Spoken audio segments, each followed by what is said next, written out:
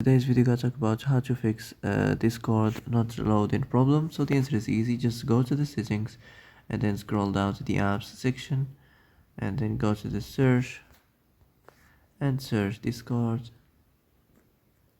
and next go to the storage, and here you will find this clear cache option. Click on it.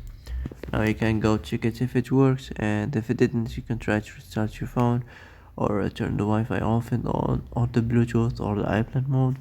Also you can try to clear data, but be careful. If you clear data, all the Discord's data will be deleted. This includes all files, the settings, the accounts, the databases, etc. So be careful if you wanna clear your data. So that's it for today's video. I hope this is the answer you've been looking for. And if you like this video, don't forget to like and subscribe, and see you in the next video.